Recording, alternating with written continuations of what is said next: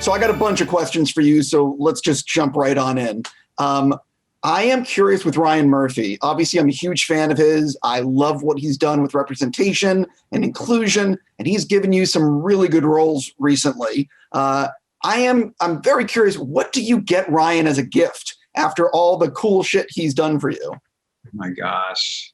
I mean, talk about the impossible gift to get for him. It's just, I can't even imagine what the right gift would be. I know it would be, well, I'll tell you what I tried to get him for a wrap gift on this. There was an auction of the original sketch for Donald's costume in the Friedkin film from 1970. And I tried to get that piece at auction. And that kind of thing, I feel like he would value. It would have to be like art or really amazing jewelry, I think. The problem with Ryan, I would imagine, is he could buy whatever he wants for himself. Exactly. So it's got to be the thought and the sentiment, and it's got to be something that's like really deeply artistic and stylish and profound. You know, that's why I thought that character sketch would have been a good one. But I lost the auction. Right. I've been talking to a lot of people over the last few months during the pandemic. I've been asking everyone the same 3 softball questions. I'm going to be asking you. I promise they're harmless. What TV series would you love to guest star on? Oh my goodness. Well, I would love to guest star on it, but I almost wouldn't want to, and that would be Succession. I love that show, but one of my favorite things about that show is that I feel like, I think it was Avi Kaufman who cast that show so brilliantly, because she found these amazing actors who were so teed up and ready for the experience, but they were also actors who didn't have the kind of public profile where you had any kind of attachment to who they were. So you're able to just go with them. I mean, maybe Brian Cox, but you're able to just go with them and run with these characters, and they just capitalize in the moment, and the writing's so brilliant. So I love that one, but I almost would rather just continue to be an audience member. The other one is I May Destroy You. I love that show so much. I don't know what role I would play in that, but I think she's amazing and an incredible storyteller. So I would do a walk-on role for her. Got it. I spoke to Jim and Zach earlier today. They both said Succession. There you go. Yeah. What movie have you seen the most? Either The Shawshank Redemption, Sunset Boulevard, Jaws, Alien, or because of the kids, the Star Wars franchise. Okay. Last fun question. What TV show have you seen all the way through more than once? None. Okay. You guys have the same answers today. Really? Yeah, I swear, it's very weird. Not the movie choices, but everything else. Movie choices. I want to know. Jim said Tootsie, and Zach, I don't remember exactly what he said. It was a few hours ago. Pardon me. Jumping into why I get to talk to you today. I cannot imagine what it would have been like to see Boys in the Band in 1968 off Broadway. I just can't imagine it. Have you ever thought about what it would have been like to be in the crowd, being part of this monumental play in a time where what is depicted in this production is just not ever talked about? Yeah, I was very fortunate that I had lunch with William Friedkin before we started rehearsals. And he was so, as he was so generous of spirit and so candid with me and really revelatory in the discussion. First of all, he ordered cracked crab, and I was like, yes, this is going to be amazing. And he was just gave me such insight into the time period and into Mart's life and into the original cast and what was going on in the world and how the story was told and what life was like pre-Stonewall, what life was like post-Stonewall. So he was an amazing source of information. And so much of this piece for me has been a history lesson, because I only knew about Harvey Milk. That's where really my LGBTQ history began. And it's because I saw the movie Milk. So the more I learned about this time period, the more I understood what was going on in these months before Stonewall. And this play takes place at that time when it's that ugliness and that messiness that takes place right before a revolution. So the more I understood the fact that this was about oppression and a group of men whose behavior is directly influenced by the way they are treated by society, their relationship to themselves and the relationship to the other men in the world is directly influenced by society. So understanding that made me appreciate the play on a whole new level. It is pretty amazing to realize that in 68, you have this production, and now you have the movie about 50 years later, and this movie is being put out by Netflix in 150 plus countries, and how things have changed so dramatically in that time. Can you sort of talk about that? I mean, Stephen, if you told me this was happening 10 years ago, I wouldn't have believed you. You know, it's amazing how fast progress is really happening. And I'm so grateful for that. I'm so optimistic about that. What's never been lost on any of us, I don't think, is how courageous Mart Crowley and this original cast was in stepping up to the plate and telling this story at a time when it was completely unprecedented to do so. No one had ever written a gay story for a mainstream audience. And not only did Mart do that, he also wrote 9 completely different characters. Well, 8 gay and 1 questioning, I guess. But all the gay characters are completely different. You don't see that in writing now in 2020. So he was so ahead of his time. And we owe a huge debt of gratitude to these gentlemen. And we stand on their shoulders among many others who've done so much for us over the ensuing years. And we wouldn't be able to do it today if that original cast hadn't done it back then. 100%. One of the things I think for young people who have maybe grown up with a lot more freedom is that they won't realize what was going on in 68. And there's like a moment in the film production where Michael is in the stairway and his neighbors are coming out and they're looking in, and you can feel the scared, like how scared he is that what if these people call the cops? Yeah. You know, everyone in this room is going to get arrested. It's a completely different world. And I think it's, just an education for younger people. There's a part of me that wishes there was a forward at the beginning of the piece that just talked about what was going on in 1968. So that people had some context, because I do think it's so important to understand their relationship dynamics, that you have to kind of know what was going on at that time. But my hope is that young people will educate themselves just like I had to when I became a part of this project. But I'll tell you this, when we were doing it on Broadway, folks would come backstage after every show and they all want to talk about this play because there's a lot to talk about after you watch it. And it was really the young people who stuck out to me, and they would say, oh, I know somebody who's like Harold, or I know somebody who's like Michael. Oh man, you get him drinking and he is going to start reading people, or whatever it is. Or I've been to parties like that where it gets messy and people start to read each other, whatever it is. So there was something in these characters in this world that the younger generation was so much more open and expressing and sharing with. And I think it's a testament to Mart's writing that they were able to see themselves in this world, though obviously also understanding we've come an incredibly long way in the past 50 plus years. Joe did a great job with the staging and the blocking. And I'm curious if you could talk about how you worked in pre-production and during production to work out all the blocking. Well, we were very lucky in that we got rehearsal on the set, which is unheard of.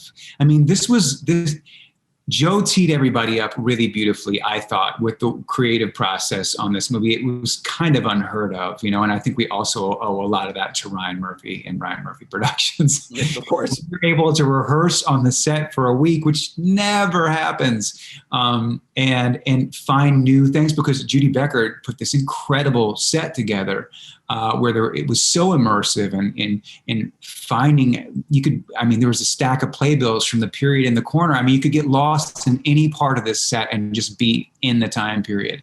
And the costumes that Lou Eyrick came up with were so fantastic and informed the status of the characters in many ways. So we were able to explore and find new nuances.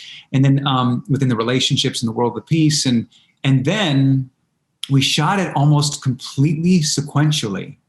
The things that take place outside the apartment were somewhat out of order, but we largely shot it sequentially. And because we'd rehearsed, we did it fast.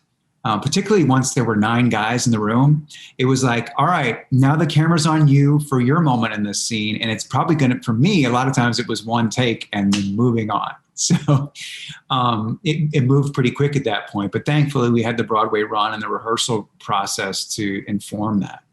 I'm a huge fan of Bill Pope. He shot this movie.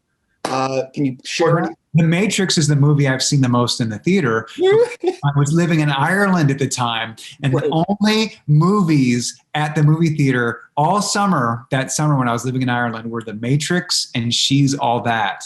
And I think I probably saw The Matrix 7 times in the theater. So basically, in between every take, you were just geeking out with him.